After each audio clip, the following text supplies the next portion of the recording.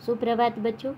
आज हम कक्षा 7 के भूगोल विषय का पाठ 6 प्राकृतिक वनस्पति एवं वन्य जीव का आगे का प्रकरण वन के बारे में पढ़ेंगे। तो देखो बच्चों, इससे पहले हमने पढ़ा कि सलीमा अपने दोस्तों के साथ हिमाचल प्रदेश में मनाली देखने गई थी और बस जैसे जैसे चढ़ाई पर जा रही थी वैसे वैसे वहाँ की जो प्राकृतिक वनस्पति है उसमें बदलाव आ रहा था। और ये सब था स्थल की ऊंचाई के कारण, यानी स्थल की ऊंचाई और वनस्पति में जो अंतर है वो एक दूसरे से संबंधित होते हैं।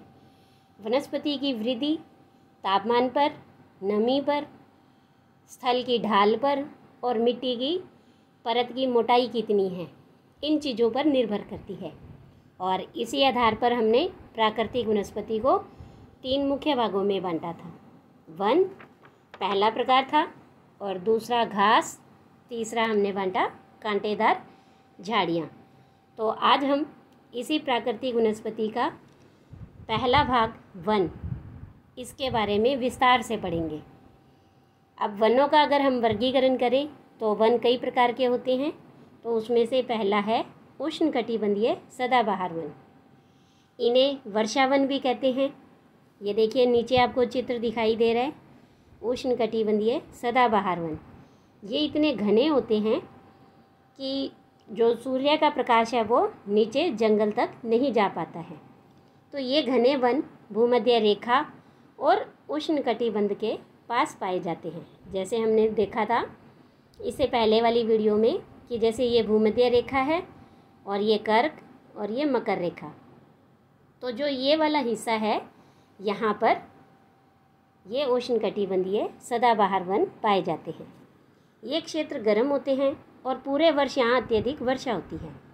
क्योंकि यहाँ का मौसम कभी शुष्क नहीं होता, इसीलिए यहाँ के पेड़ों की पत्तियाँ पूरी तरह से नहीं झड़ती हैं, इसीलिए इन्हें सदाबहार कहते हैं। काफ़ी घने वृक्षों की मोटी बितान के कारण दिन के समय भी सूर्य का प्रकाश वन के अंदर तक नहीं पहुंच पाता है। आमतौर पर यहाँ पर दृढ़ काष्ठ यानी मजबूत लकड़ी वाले वृक्ष जैसे रोजवुड, आबनूस और महोगनी आदि पाए जाते हैं।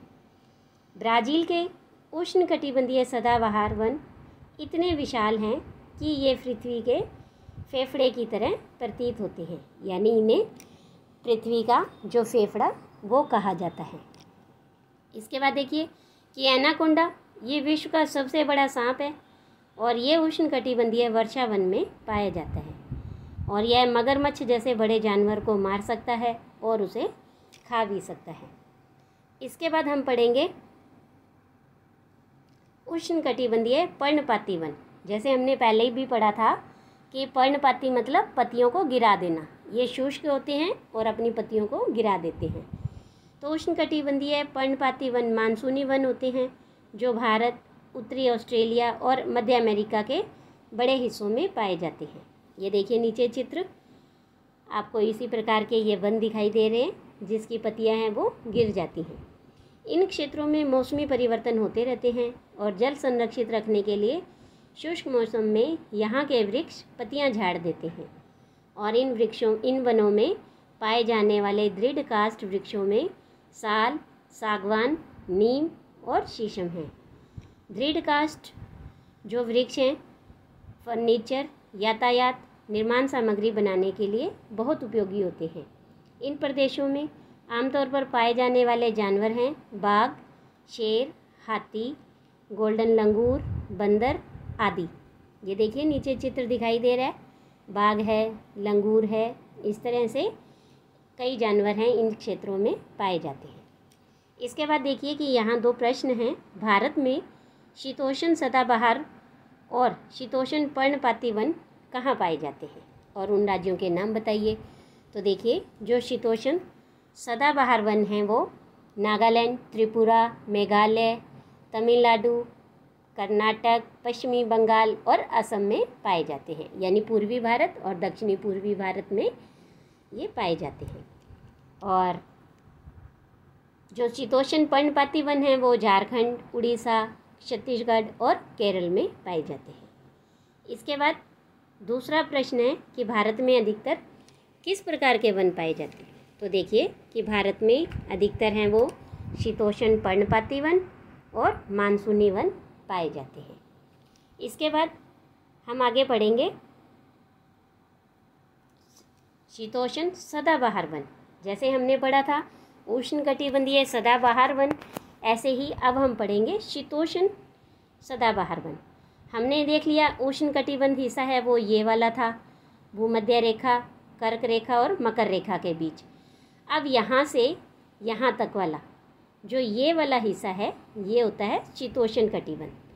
तो यहाँ पर शीतोष्ण सदाबहार वन मध्य अक्षांश के तटीय प्रदेशों में स्थित होते हैं। जैसे ये नीचे आपको चित्र भी दिखाई दे रहा है इसी प्रकार के वनों का, ये भी हमेशा सदाबहार ही रहते हैं। ये सामान्यतः महाद्वीपों के पूर्वी किनारों पर पाए जाते हैं, जैसे दक्षिण पूर्वी अमेरिका, दक्षिण चीन, दक्षिण पूर्वी ब्राज़ील।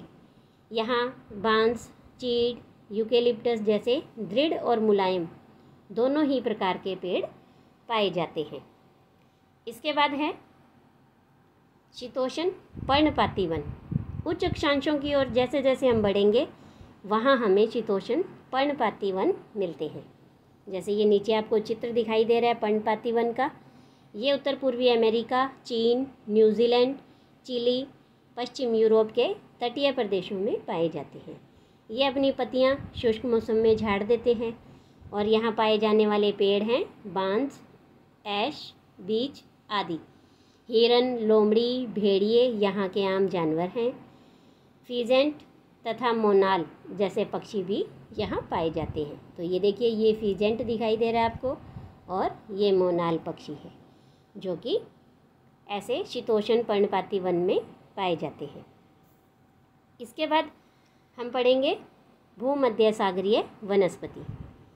जैसे कि आप जान चुके हैं कि महाद्वीपों के पूर्व और उत्तर पूर्वी किनारों के जो अधिकांश भाग हैं वहाँ शीतोष्ण सदाबहार और पर्णपाती पेड़ों से ढके हुए हैं। तो महाद्वीप के जो पश्चिमी और दक्षिणी पश्चिमी किनारे हैं वो बिल्कुल अलग हैं।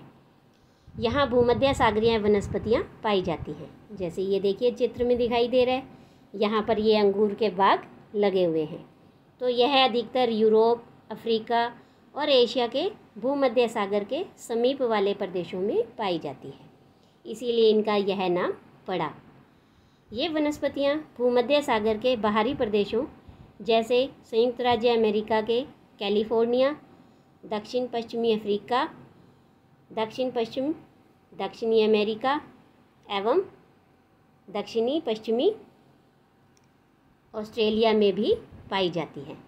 इन प्रदेशों में गर्म, शुष्क, ग्रीष्म एवं वर्षा वाली मृदु शीत ऋतु होती है। इन क्षेत्रों में आमतौर पर संतरा, अंजीर, जैतून और अंगूर जैसे नींबू वंश यानी सिट्रस के फल पैदा किए जाते हैं, यानी जो फल खट्टे होते हैं। क्योंकि लोगों ने अपनी इच्छा अनुसार कृषि करने के लिए यहाँ की प्राकृतिक वनस्पति को हटा दिया है और यहाँ वन्य जीवन है वो बहुत ही कम होता है। अब देखिए इसके बाद कि क्या आप जानते हैं भूमध्य सागरीय वृक्ष शुष्क ग्रीष्म ऋतु में स्वयं को ढाल लेते हैं और उनकी मोटी छाल और पत्तियां वाष्पोत्सर्जन को रोकती हैं। भूमध्य सागरीय प्रदेश को फलों की कृषि के कारण विश्व का फलोद्यान भी कहा जाता है, क्योंकि यहाँ बहुत अधिक फलों की खेती की जाती है, उत्पादन होता है, इसीलिए इन्हें विश्व का फलोद्यान भी कहा जाता है। इसके बाद है शंकुधारी वन। उत्तरी गोलार्ध के उच्च अक्षांशों में भव्य शंकुधारी वन पाए जाते हैं। जो पृथ्वी का उत्तरी गोलार्ध है इसके उच्च अक्षांशों में यानी 50 डिग्री से 70 डिग्री के बीच में यहाँ पर शंकुधारी वन पाए जाते हैं। इन्हें टेंगा भी कहते हैं। तो देखो कि रूसी भाषा में टेंगा का अर्थ होता है शुद्ध या अनछुआ। ये वन अधिक ऊंचाइयों पर भी पाए जाते हैं। इन्हीं वृक्षों को सलीमा ने हिमालय में प्रचुर मात्रा में देखा था। ये लंबे नरम काष्ठ वाले सदाबहार वन होते हैं और इन वृक्षों के काष्ठ का उपयोग लुगदी बनाने के लिए किया जाता है, जो सामान्य या अखबारी कागज़ बनाने के काम आती है। नरम काष्ठ का उपयोग माचिस और पैकिंग के लिए, जो बक्से बनाने के लिए भी किया जाता है। चीड़, देवदार आदि इन वनों के मुख्य पेड़ हैं। यहाँ सामान्यतः रजत, लोमड़ी, मिंक, ध्रुवीय भालू जैसे जानवर भी पाए जाते हैं। ये देखिए आपको यहाँ इसी प्रकार के जो वन हैं उनके चित्र दिखाई दे रहे हैं कि ये शंकुधारी वन है और ये इन्हीं शंकुधारी वनों पर बर्फ़ है वो ढकी हुई है। तो ये हिमाच्छादित शंकुधारी वन है। इसके बाद देखिए हम पढ़ेंगे घास के बारे में कि उष्णकटिबंधीय घास स्थल। ये वन भूमध्य रेखा के किसी भी तरफ उग जाते हैं और भूमध्य रेखा के दोनों ओर से उष्णकटिबंध क्षेत्र तक फैले हुए हैं। जैसे ये भूमध्य है, पृथ्वी है, माफ़ कीजिए, और ये भूमध्य रेखा है, तो इसके यहाँ और यहाँ दोनों तरफ किसी भी ओर से ये उग सकते हैं। यहाँ वनस्पति निम्न से मध्य वर्षा वाले क्षेत्रों में पैदा होती है और यह घास काफ़ी ऊंची, लगभग 3 से 4 मीटर तक ऊंची बढ़ सकती है। अफ्रीका का सवाना घास स्थल इसी प्रकार का है। सामान्य रूप से उष्णकटिबंधीय घास स्थल में हाथी, जेब्रा, जिराफ, हिरन, तेंदुआ आदि जानवर पाए जाते हैं। तो ये देखिए आपको यहाँ उष्णकटिबंधीय घास स्थल है और इनकी घास है वो कई बार है वो 3 से 4 मीटर तक ऊंची बढ़ सकती है। इसके बाद शीतोष्ण घास स्थल, ये मध्य अक्षांशीय क्षेत्रों और महाद्वीपों के भीतरी भागों में पाए जाते हैं। यहाँ की घास आमतौर पर छोटी और पौष्टिक होती है। शीतोष्ण प्रदेशों में सामान्यतः जंगली भैंस, बाइसन और एंटीलोप पाई जाती है। इसके बाद देखिए कि जो विभिन्न प्रदेशों में घास स्थल हैं उन्हें अलग अलग नामों से जाने जाते हैं। जैसे उष्णकटिबंधीय घास स्थल है उन्हें पूर्वी अफ्रीका में सवाना कहते हैं, ब्राज़ील में कंपोस और वेनेजुएला में लानोस। और जो शीतोष्ण कटिबंधीय घास स्थल हैं उन्हें अर्जेंटीना में पैम्पास, उत्तरी अमेरिका में प्रेयरी, दक्षिणी अफ्रीका में वेल्ड, मध्य एशिया में स्टेपी और ऑस्ट्रेलिया में डान कहा जाता है। तो इस तरह से इनके अलग अलग नाम अलग अलग क्षेत्रों में रखे गए हैं। इसके बाद हम पढ़ेंगे कंटीली झाड़ियाँ। शुष्क रेगिस्तान जैसे प्रदेशों में पाई जाती हैं। ये उष्णकटिबंधीय रेगिस्तान महाद्वीपों के पश्चिमी किनारों पर पाए जाते हैं। तीव्र गर्मी और बहुत कम वर्षा के कारण यहाँ वनस्पतियों की कमी रहती है। विश्व के मानचित्र पर रेगिस्तानी प्रदेश को चिन्हित करें तो क्या आप भारत के बड़े रेगिस्तान का नाम बता सकते हैं? हाँ, तो भारत के अंदर थार का मरुस्थल है जो काफ़ी बड़ा है। रेगिस्तान के कुछ जानवरों के नाम जिन्हें आप पहले भी जान चुके हैं। तो जैसे हमने देखा है हमारे यहाँ भारत में विशेष तौर पर राजस्थान में रेगिस्तान के अंदर जो रेगिस्तान का प्रमुख जानवर है वो है ऊँट और उसे रेगिस्तान का जहाज भी कहा जाता है। यदि आप ध्रुवीय प्रदेश में जाएंगे तो वह स्थान आपको अत्यधिक ठंडा मिलेगा। यहाँ बहुत ही सीमित प्राकृतिक वनस्पति भी मिलती है। यहाँ केवल काई, लाइकेन और छोटी झाड़ियाँ पाई जाती हैं। ये अल्पकालिक ग्रीष्म ऋतु के दौरान विकसित होती हैं और इसे टुंड्रा प्रकार की वनस्पति कहा जाता है। ये वनस्पतियाँ यूरोप, एशिया और उत्तरी अमेरिका के ध्रुवीय प्रदेशों में पाई जाती हैं। यहाँ के जानवरों के शरीर पर मोटा फर और मोटी चमड़ी होती है जो इन्हें ठंडी जलवायु से सुरक्षित रखते हैं। तो देखो कि फर का मतलब कि लंबे लंबे मोटे मोटे बाल होते हैं, वो इन्हें ठंड से बचाते हैं। यहाँ पाए जाने वाले जो जानवर हैं वो इस प्रकार से हैं: सील, वालरस, कस्तूरी बैल, ध्रुवीय उल्लू, ध्रुवीय भालू और बर्फीली लोमड़ी। स्लीमा के पिता ने कुछ घने वनों के चित्र दिखाए और कुछ चित्रों में सलीमा ने देखा कि लोग वृक्षों को काटकर वनों को साफ कर रहे हैं। तो उसके पिता ने बताया कि स्थानीय लोग कृषि और आवास के लिए स्थान चाहते थे और इसीलिए उन्होंने वनों को साफ कर दिया। तो ये देखिए आपको यहाँ चित्र में कुछ जानवरों के चित्र दिखाई दे रहे हैं, वालरस, ध्रुवीय भालू और सील। तो ये ध्रुवीय जंतु होते हैं जिनके शरीर पर मोटे फर और मोटी चमड़ी होती है। तो सलीमा आगे सोचने लगी कि अगर वनों को साफ कर दिया जाता है तो फिर वन्य जीव कहाँ जाएंगे? क्या वे ये वन पुनः वैसे ही बन पाएंगे? अगर लोग इसी प्रकार पेड़ों को काटते रहे तो भविष्य में पर्याप्त ऑक्सीजन, जलवाष्प, लकड़ी, फल और मेवे आदि मिल पाएंगे? तो क्या आप सलीमा से सहमत हैं? तो हाँ, हमें भी यही लगता है कि अगर मनुष्य इसी प्रकार से वनों को काटता रहा तो आने वाले समय में हमें ऑक्सीजन, जलवाष्प, लकड़ी, फल और मेवे हैं वो नहीं मिलेंगे।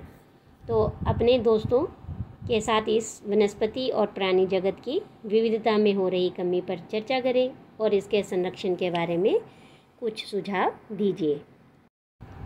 तो देखिए कि वनस्पति जिसमें सभी पेड़ पौधे, वन, झाड़ियाँ, कंटीली झाड़ियाँ सब आते हैं, और प्राणी जगत यानी जिसमें मनुष्य और जीव जंतु सभी सम्मिलित हैं। तो इस तरह से वनस्पति और जो भी प्राणी जगत हैं वो अपने आसपास के पर्यावरण पर और एक दूसरे पर आश्रित होते हैं। और पर्यावरण के अंदर भूमि, जल, वायु, पेड़ पौधे और सभी जीव जंतु सम्मिलित हैं। तो हम क्या है कि इनका संरक्षण करके ही वनस्पति और प्राणी जगत में जो कमी आ रही है, जो विविधता में उनके कमी आ रही है, उसे हम संरक्षित कर सकते हैं। तो आज के लिए इतना ही। धन्यवाद।